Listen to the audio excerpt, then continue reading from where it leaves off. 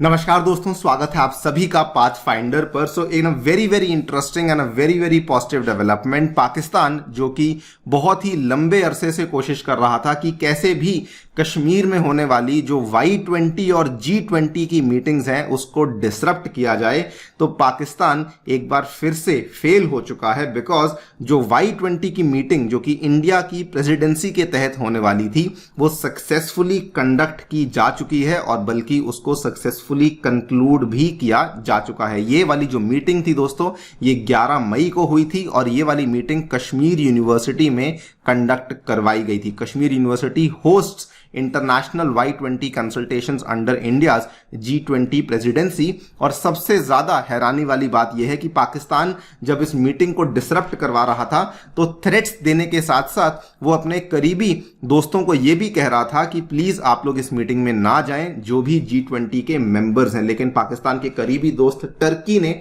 इस मीटिंग को अटेंड किया है और उन्होंने पाकिस्तान के द्वारा जो भी बातें कही गई हैं उनको कंप्लीटली इग्नोर किया है। आप यहां पे देख पाएंगे, Pakistan fails to disrupt Y20 meeting at Srinagar. बात करेंगे इस छोटी सी वीडियो के माध्यम से कि Y20 की बेसिकली जो मीटिंग है वो क्या होती है, क्यों कंडक्ट करवाई जाती है, एंड इन दोनों ही डेवलपमेंट्स के बारे में ब्रीफली चर्चा भी करी जाएगी। आइए शुरू करते हैं दोस्तों मेरे साथ। हमें फॉलो करने के लिए यहाँ पर दिए गए टेलीग्राम चैनल्स के माध्यम से आप लोग ऐसा कर सकते हैं।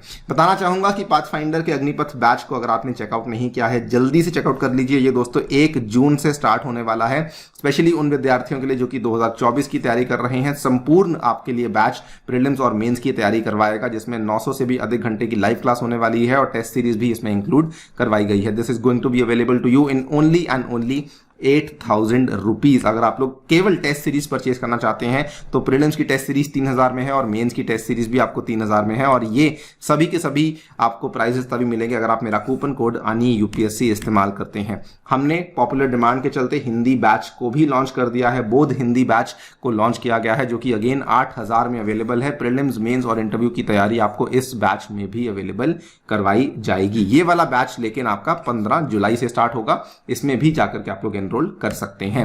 और समुद्र मंथन का टेस्ट होने वाला है दोस्तों। अगेन इसमें हिंदी और इंग्लिश दोनों में टेस्ट होगा और ये आपका कंप्लीटली यूपीएससी पैटर्न पे होगा, जो कि मॉर्निंग में फर्स्ट पेपर और आफ्टरनून में सेकंड पेपर होगा। एनरोल नहीं किया है जरूर कीजिए। ये आपका कल यानी कि 13 मई को होने वाला है। Using the coupon code ANI UPSC आप इस टेस्ट को बेसिकली जाकर के अटेम्प्ट कर सकते हैं। ऑल राइट, सो बहुत ही ब्रीफली बात करें Y20 मीटिंग के बारे में दोस्तों। Y20 की जो मीटिंग है, इसका जो थीम है, जो इसका विषय जिसको कि अडॉप्ट किया गया है, that is climate change and disaster risk reduction making sustainability a way of life. इसको इसका थीम बनाया गया है, जिसमें कि अलग अलग देशों के जो रिप्रेजेंटेटिव्स हैं वो भी आए हैं और 200 लोकल डेलीगेट्स को भी इंक्लूड किया गया है, जिसमें कई सारे स्टूडेंट्स, स्कॉलर्स और एनएसएस वॉलंटियर्स को भी इंक्लूड किया गया है। एनएसएस बेसिकली जो आपकी नेशनल सोशल सर्विस वाली जो आपका पूरा का पूरा स्कीम चलता है, वो उसके वॉलंटियर्स को भी इंक्लूड किया गया है। इस इवेंट को ऑर्गेनाइज करने का जो मेन एजेंडा होता है, it is to generate new ideas for preserving the climate and mitigating the damage done to it. ये वाली जो Y20 की मीटिंग है, ये बेसिकली इंडिया ही अपने G20 प्रेसिडेंसी के तहत कंडक्ट करवाता है और इस Y20 की मीटिंग को करवाया गया है इन कश्मीर इटसेल्फ। आपको बता दूं, G20 की भी एक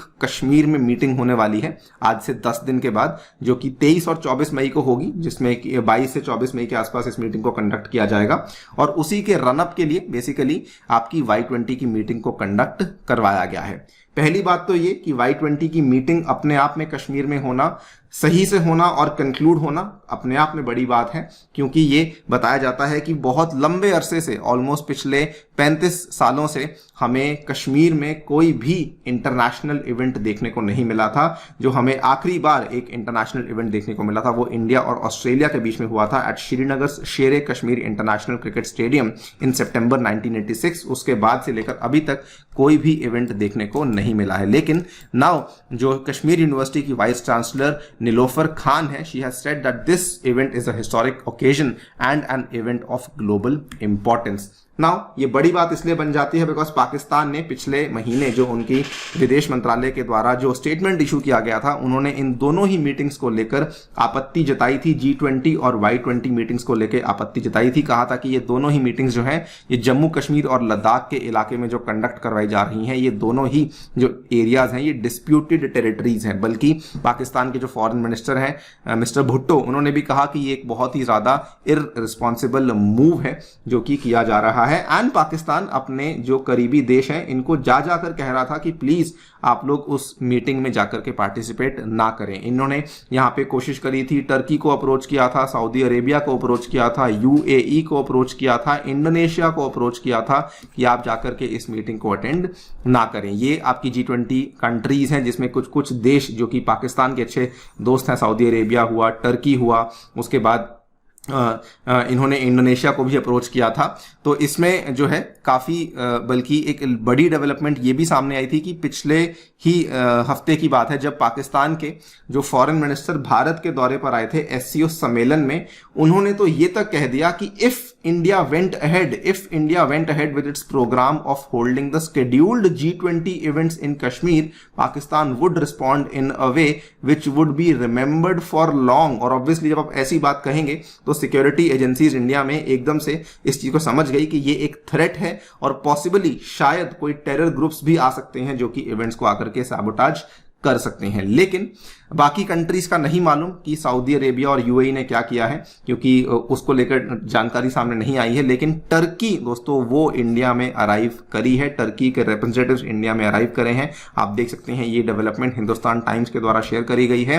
एंड ये काफी सरप्राइजिंग है बिकॉज टर्की पिछले 3 साल से यही चीज करता आ रहा है। उन्होंने भी हमेशा ही पाकिस्तान को सपोर्ट किया है जब भी जम्मू कश्मीर का मुद्दा सामने आया है, कहते हुए कि ये जो है पाकिस्तान इसमें सही है, इंडिया को आर्टिकल 370 हटाना गलत था। और इंडिया उस चीज का हमेशा ही विरोध करता आया है। लेकिन अब टर्की के रिप्रेजेंटेटिव्स के द्वारा इस मीटिंग को अटेंड किया गया है। हाई पॉसिबिलिटी कि इस जो आने वाली G20 की मीटिंग है 22-23 मई को, 23-24 मई को, उसमें भी टर्की के द्वारा अटेंडेंस देखने को मिलेगी। इंडोनेशिया बाय द वे उन्होंने भी अटेंड किया है, जो कि अगेन बता दूं कि वो भी एक OIC का मेंबर है। सो ये हमें डेवलपमेंट देखने को मिली है। 20 international delegates and speakers representing 11 countries जो कि Russia, south Korea, Brazil, USA, Indonesia, Japan और दूसरे देशों से देखने को हमें मिले हैं। तो ये डेवलपमेंट सामने आई है। होपफुली मानना यही है कि the stage is now set for G20 meet in Srinagar, जो कि 23-24 मई को होने वाली है। आपकी इस छोटी सी डेवलपमेंट पे क्या राय है हमें कमेंट सेक्शन में आप लोग जरूर बता सकते हैं। जाने से पहले दोस्तों बताना चाहूंगा कि पाथफाइंडर आपके लिए एक शानदार सीरीज लेकर आया है। पर्सपेक्टिव सीरीज एक बहुत ही इनोवेटिव सीरीज है जिसके माध्यम से आप लोग अपनी UPSC डाउट्स को, UPSC स्ट्रैटेजीज को क्लैरिफाई कर सकते हैं। Thank you so much for listening. Stay tuned and stay safe.